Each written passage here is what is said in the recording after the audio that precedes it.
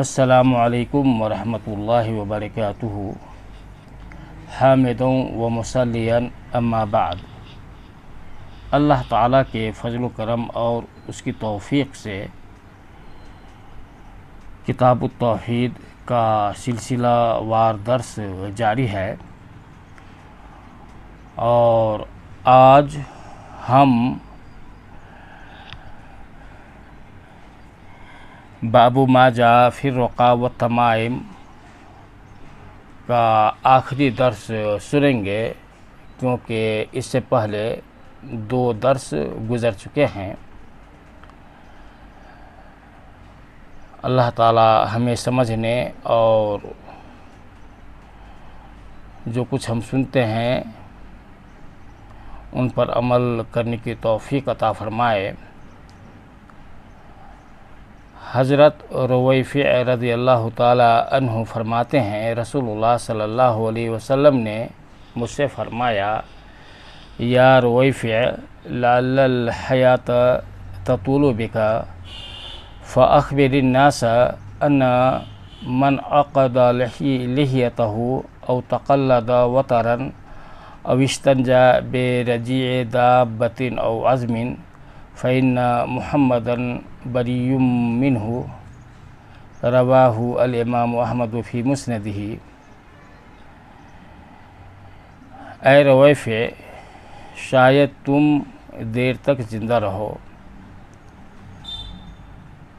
تم لوگوں کو بتا دینا کہ جس شخص نے داڑھی کو گرہ لگائی یا جانور کے گلے میں تانت ڈالی یا جانور کے گوبر یا ہڈی کے ساتھ استنجا کیا تو بلا شبہ محمد صلی اللہ علیہ وسلم اس سے بری اور بیزار ہیں۔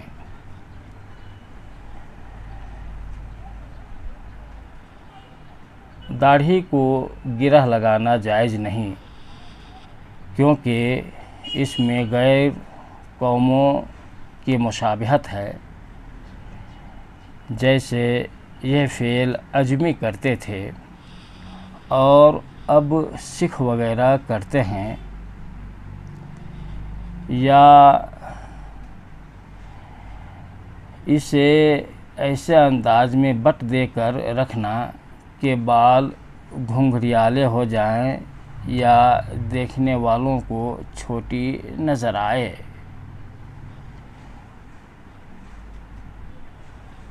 اسی طرح سے دوسری بات جو اس حدیث کے اندر ہے اور جو باب کی مناسبت سے ہے کہ نبی صلی اللہ علیہ وسلم نے فرمایا او تقلد وطرا، کہ جانور کے گلے میں تانت ڈالی۔ تقلد وطرا، تقلد کے ساتھ وطرن کا لفظ بولنے سے ایک خاص مفہوم مراد ہے، وہ یہ کہ گلے میں پہنی اور ڈالی جانے والی کوئی چیز بذات خود ممنوع نہیں ہے، بلکہ ممنوع اس صورت میں ہے جب اس کے بارے میں یہ اعتقاد رکھا جائے کہ یہ نظر بد سے تحفظ کا ذریعہ ہے، جیسا کہ تانت وغیرہ کے بارے میں یہی اعتقاد ہوتا تھا۔ اور تیسری چیز نبی صلی اللہ علیہ وسلم نے جو اس حدیث کے اندر منع فرمائی ہے وہ یہ کہ او استنجا برجیع دابۃ او عظم، کہ جانور کے گوبر یا ہڈی کے ساتھ استنجا کرنا۔ ایسے کرنے سے نبی صلی اللہ علیہ وسلم نے منع فرمایا ہے۔ بلا شبہ استنجا میں گوبر اور ہڈی کا استعمال حرام ہے، کیونکہ یہ سب چیز یہ سب چیز جنوں کا طعام ہے، جن اسے کھانے کے طور پہ استعمال کرتے ہیں، تو نبی صلی اللہ علیہ وسلم نے منع فرمایا ہے کہ جو چیز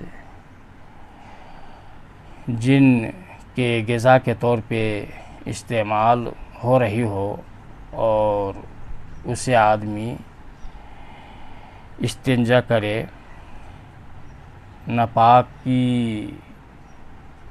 ناپاک کر دے، تو یہ چیز سب جائز نہیں ہے اور یہ کسی کے کھانے کی اہانت ہے۔ تو نبی صلی اللہ علیہ وسلم نے فرمایا ہے جنہوں نے یہ کام کیا فَإِنَّ مُحَمَّدًا بَرِيٌّ مِّنْهُ، بلا شبہ محمد صلی اللہ علیہ وسلم اسے بیزار ہے۔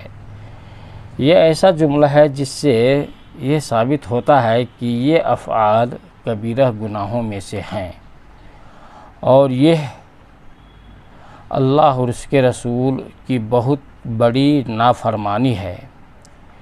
نیز جس طرح شرک اکبر کبیرہ گناہوں میں سے ہے، ایسی ہی شرک اصغر بھی کبیرہ گناہوں میں شامل ہے۔ نیز سعید بن جبیر رحمہ اللہ سے منقول ہے، وہ فرماتے ہیں من قطع تمیمۃ من انسان کان کعدل رقبۃ۔ اس حدیث کو ابن ابی شیبہ نے اپنی مصنف میں روایت کیا ہے۔ جس شخص نے کسی انسان کی گردن سے تعویذ کاٹ پھینکا، اسے ایک گردن یعنی غلام آزاد کرنے کے برابر ثواب ہوگا۔ اس میں تعویذات کو کاٹنے اور کسی انسان کے گردن میں اگر کوئی دیکھے تو کاٹنے اور پھینکنے کی فضیلت بیان ہوئی ہے، کیونکہ انہیں لٹکانا یا باندھنا اللہ کے ساتھ شرک اصغر ہے، اور شرک اصغر کے بارے میں وعید یہ ہے کہ یہ موجب جہنم ہے۔ جب کسی نے کسی کی گردن سے تعویذ کاٹ پھینکا تو گویا اس کی گردن کو جہنم کی آگ سے آزاد کر دیا، کیونکہ وہ اس فعل شنیع کی وجہ سے جہنم کی آگ کا مستحق ہو رہا تھا۔ جب اس نے تعویذ کاٹ کر اس کی گردن کو جہنم سے آزاد کر دیا تو اسے بھی اسی طرح کی جزا ملے گی، اس کی گردن بھی جہنم کی آگ سے آزاد کر دی جائے گی۔ اور حضرت وکیع رحمہ اللہ ابن مسعود رضی اللہ تعالی عنہ کے شاگرد ابراہیم نخعی رحمہ اللہ سے روایت کرتے ہیں، انہوں نے فرمایا کانوا یکرہون التمائم کلھا من القرآن وغیر القرآن۔ اسے امام ابن ابی شیبہ نے اپنی مصنف میں روایت کیا ہے کہ ابن مسعود رضی اللہ تعالی عنہ کے شاگرد قرآنی اور غیر قرآنی ہر قسم کے تعویذات کو ناپسند سمجھتے تھے۔ اس باب کے اندر جو قرآنی آیات اور احادیث ذکر کیے گئے ہیں، ان سے مؤلف رحمہ اللہ نے کچھ مسائل استنباط کیا ہے، جن میں سے کچھ اس طرح ہے۔ نمبر 1، اس تفصیل سے دم اور تعویذات کی وضاحت ہوئی۔ نمبر 2، تیولہ کا مفہوم بھی واضح ہو گیا۔ نمبر 3، غیر شرعی دم، تمیمہ اور تیولہ تینوں شرک ہیں۔